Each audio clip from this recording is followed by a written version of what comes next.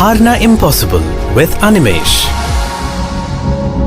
सोचिए, अगर मैं आपको एक अंधेरे कमरे में एक दिन के लिए बंद कर दूं, तो आपके साथ क्या होगा? क्या करोगे आप? मुझे पता है आप क्या करोगे।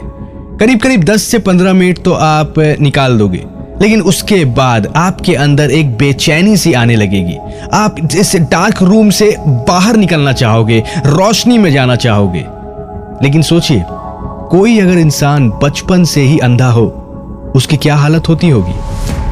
आज की ये कहानी है श्रीकांत भोला की, जिसके लाइफ में अंधेरा जन्म से ही था, लेकिन बचपन से पढ़ने का इतना जुनून था कि इस बंदे ने बड़े होकर अपनी एक कंपनी खोली और आज अपने जैसे हजारों लोगों को ये मदद करते हैं। दोस्तों, माँ बाप के लिए सबसे खुशी का वक्त तब होता है जब उसके घर में कोई बेटा या बेटी जन्म ले।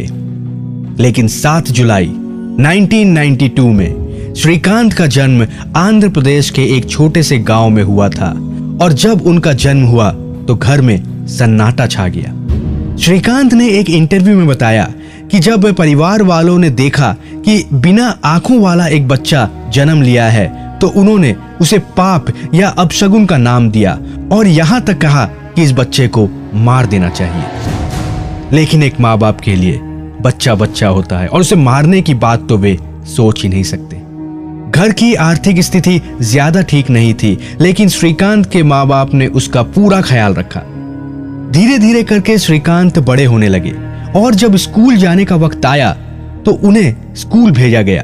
लेकिन स्कूल में अब साधारण बच्चों के साथ पढ़ने में उन्हें बहुत दिक्कतें हो रही थी।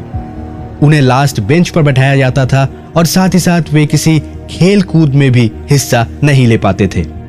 जब श्रीकांत के पिता ने देखा कि साधारण बच्चों के साथ पढ़ने में श्रीकांत को दिक्कत हो रही है, तो उन्होंने उसे शहर के एक ब्लाइंड स्कूल में भेज दिया।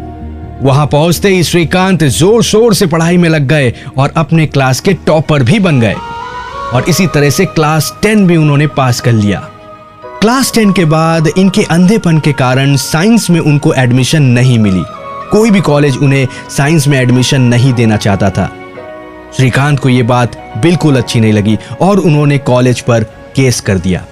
फिर 6 महीने बाद इनको एडमिशन मिल गई।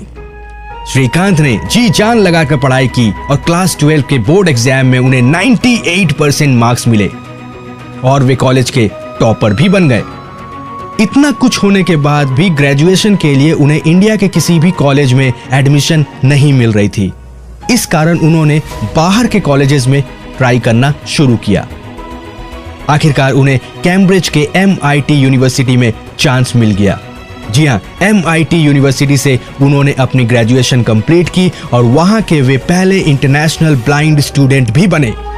श्रीकांत इतने मेहनती थे कि 2012 में रतन टाटा की मदद से उन्होंने एक इंडस्ट्री खोली जहां पर वे हजारों हैंडीकैप्ड लोगों को काम देते हैं।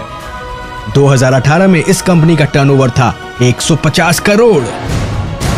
तो देखा दोस्तों, एक इंसान जो अंधा है और परिवार वाले कह रहे थे कि इसे जीने का कोई हक नहीं है, वो इंसान अब दूसरों को जॉब दे रहा है, दूसरों की जिंदगी जो है वो संवार रहा है।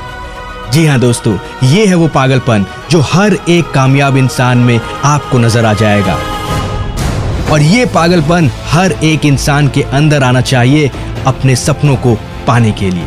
क्योंकि इतनी मुसीबतों के बाद अगर श्रीकांत अपने लक्ष्य तक पहुंच सकते हैं, तो इतनी फैसिलिटीज के साथ आप क्यों नहीं।